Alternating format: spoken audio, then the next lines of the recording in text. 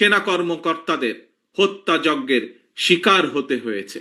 ১৫০০-এরও বেশি মানুষকে হত্যা করা হয়েছে। নেতাকর্মী সমর্থকদের বিরুদ্ধে লক্ষ লক্ষ মিথ্যে এবং রাজনৈতিক উদ্দেশ্য প্রণোদিত মামলা দেওয়া হয়েছে। গুম হয়ে যাওয়া এখনো বহু সন্তান পিতার জন্য অপলক চোখে অপেক্ষা করছে। ফ্যাসিবাদ মুক্ত বাংলাদেশে লাখো গণতন্ত্রকামী জনগণের আজকের এই বিজয় র্যালি, আজকের এই মিছিল দেশের 18 কোটি মানুষের মুক্তির মিছিল। এই মিছিল গণতন্ত্রের পথে অভিযাত্রা। ঢাকা সহ দেশের সকল উপজেলায় গতকাল যারা এই বিজয় র্যালিতে অংশ নিয়েছেন, আমার সালাম গ্রহণ করুন। আসসালামু আলাইকুম।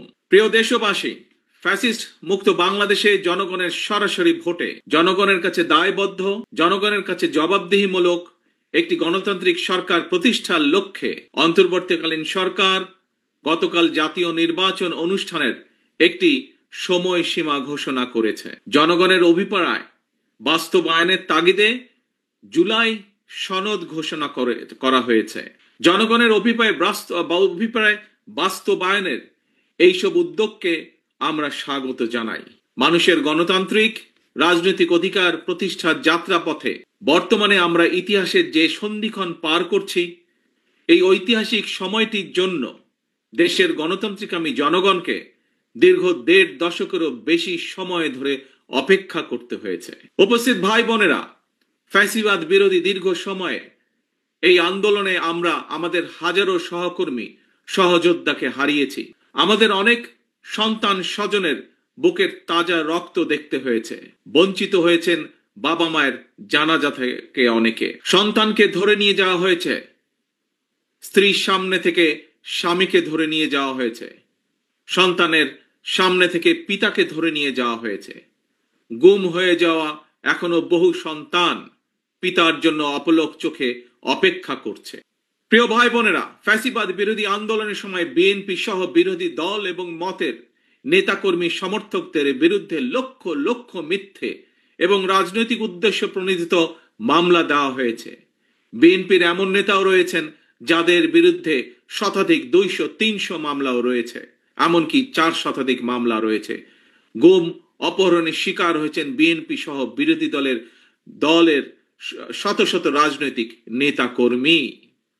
শুধুমাত্র 2024-এর গণ অভ্যুত্থানে 1,500-এরও বেশি মানুষকে হত্যা করা হয়েছে।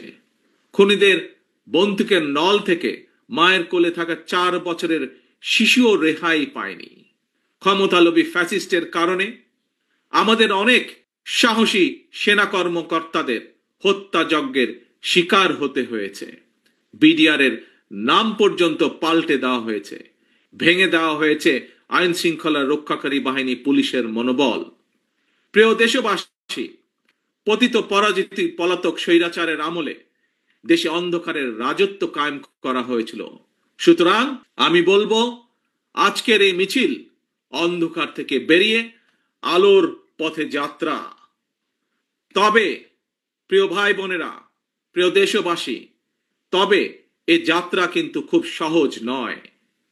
ফ্যাসিবাদ, উগ্রবাদ, চরমপন্থা যাতে আলোর পথে অন্ধকারের রেখা টেনে দিতে না পারে, এই ব্যাপারে গণতান্ত্রিকামী জনগণকে, গণতান্ত্রিকামী বাংলাদেশের প্রতিটি ভাই বোনকে আমি সদা সতর্ক থাকার আহ্বান জানাই। প্রিয় ভাই বোনেরা, বর্তমানে দেশের গণতান্ত্রিকামী জনগণের সামনে নিজেদের অধিকার প্রতিষ্ঠার এক অপার সম্ভাবনা এবং সুযোগ তৈরি হয়েছে। আমরা যদি এই সুযোগকে কাজে লাগিয়ে দেশে জনগণের রাজনৈতিক শক্তি প্রতিষ্ঠা করতে পারি, জনগণের রাজনৈতিক এবং অর্থনৈতিক ক্ষমতা নিশ্চিত করতে পারি, তাহলে ভবিষ্যতে আর কেউ ফ্যাসিবাদ প্রতিষ্ঠা করার সুযোগ পাবে না, দেশকে তাবেদার রাষ্ট্রে পরিণত করতে পারবে না।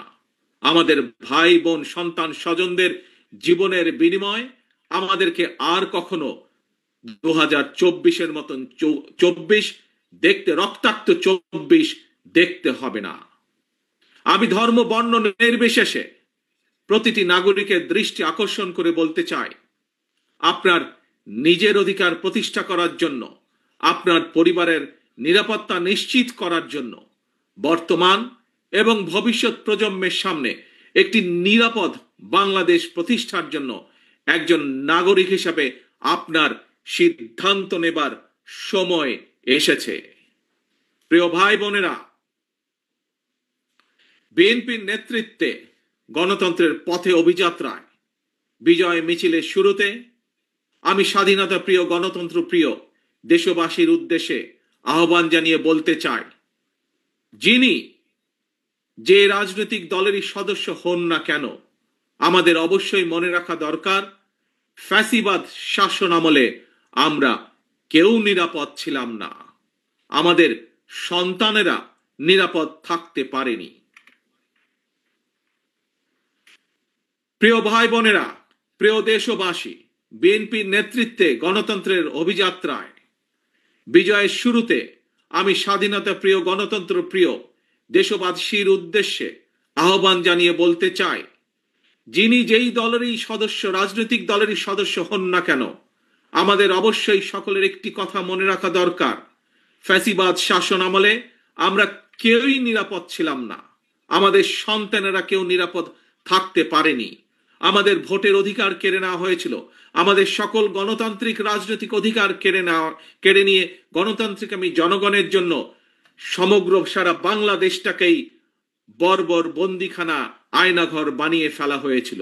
সুতরাং দেশে যদি গণতন্ত্র এবং আইনের শাসন না থাকে, তাহলে নারী কিংবা পুরুষ, সংখ্যালঘু কিংবা সংখ্যাগুরু, আমরা কেউই নিরাপদ নই। একমাত্র গণতন্ত্র এবং আইনের শাসনই জনগণের নিরাপত্তা নিশ্চিত করতে পারে। সেজন্যই আসুন দেশে গণতন্ত্র এবং আইনের শাসন নিশ্চিত করার জন্য রাষ্ট্র এবং সরকারে জনগণের কর্তৃত্ব প্রতিষ্ঠা করার জন্য হাজারো শহীদের রক্তের বিনিময়ে অর্জিত আমাদের গণতান্ত্রিক রাজনৈতিক অধিকারগুলোর সুষ্ঠু প্রয়োগ এবং চর্চা করি। প্রিয় ভাই বোনেরা, প্রিয় রাজনৈতিক দলের সদস্যবৃন্দ, বিভিন্ন ইস্যুতে আমাদের মধ্যে ভিন্ন ভিন্ন মতভেদ থাকবে, কিন্তু সেই ভিন্ন মত নিরসনে আলোচনা হবে। তবে জাতীয় ইস্যুতে গণতন্ত্রের পক্ষের রাজনৈতিক দলগুলোর মধ্যে যাতে মুখ দেখাদেখি বন্ধ না হয়, সেই লক্ষ্যে জাতীয় স্বার্থে আমাদের সকলকে ঐক্যবদ্ধ থাকা প্রয়োজন প্রয়োজন এবং প্রয়োজন। কারণ আমি বিশ্বাস করি জাতীয় স্বার্থে আমাদের সকলকে ঐক্যবদ্ধ থাকা প্রয়োজন। কারণ আমি বিশ্বাস করি ধর্ম, দর্শন, মত যার যার, রাষ্ট্র আমাদের সবার।